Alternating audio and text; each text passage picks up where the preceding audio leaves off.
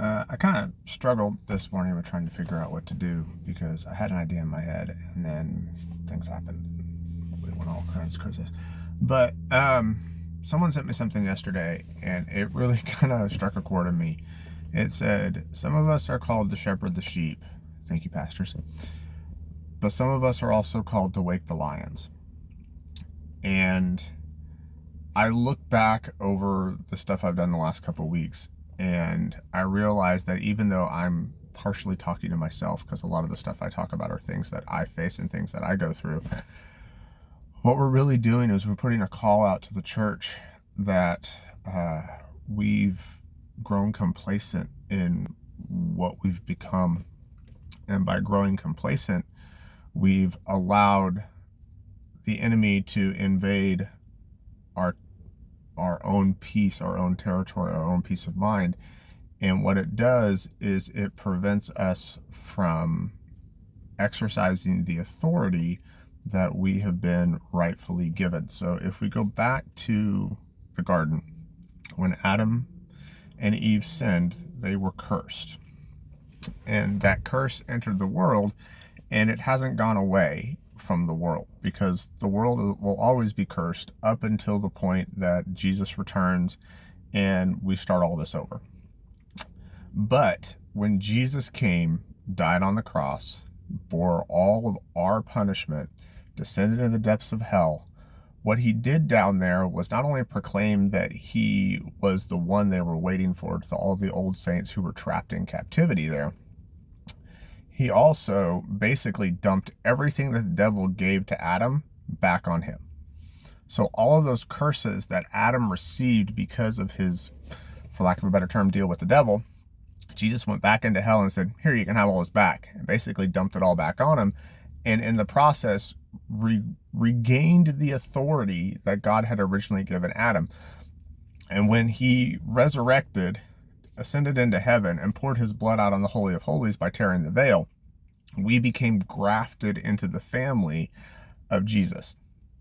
And by right of family, what we would refer to in our current society as the power of attorney, by that right of being in his family, we have the right to use that same authority that was originally given to Adam, that was retaken by Jesus, has been bestowed upon us to do the things that we're supposed to do in order to achieve God's ultimate goal, which is the salvation of the world.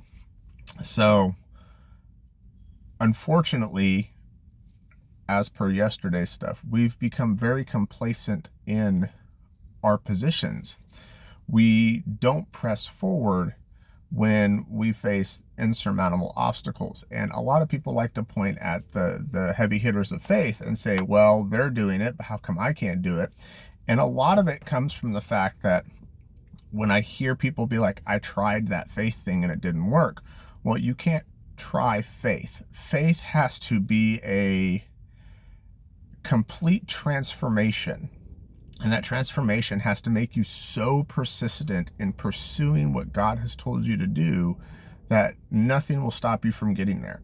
If you look at those fathers of faith, those fathers and mothers of faith, past and present, and you go back and look at their histories, you'll see a lot of them will talk about when God first told them to do something big, and they said, okay, they never gave up on it.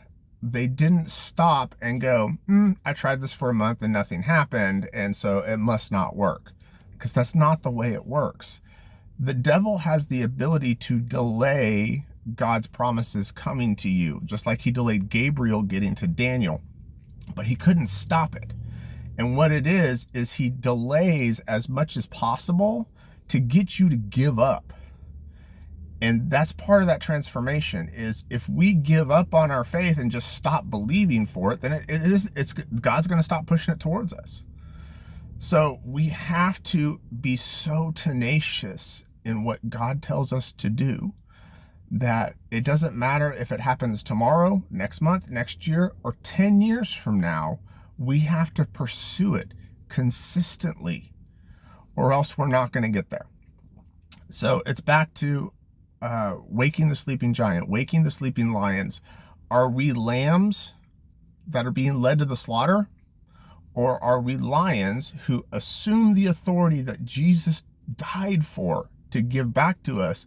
And are we pursuing what God has told us to do with that authority he's given us consistently, inherently, and tenaciously in everything we do, no matter what happens, no matter what people say, what circumstances seem to be, what life goes on around us? Are we pushing after it so hard that the devil can only delay, and then the moment it shows up, we're on to the next thing?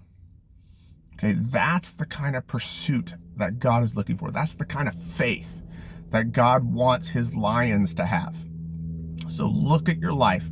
Look at yourself. Have you tried faith and it not worked because you gave up a month in, a year in, a day in? Or are you still pressing after that thing he said you could have, in the expectation that as you push for it, it will show up? So take the time to think about that today. Have a good day, guys.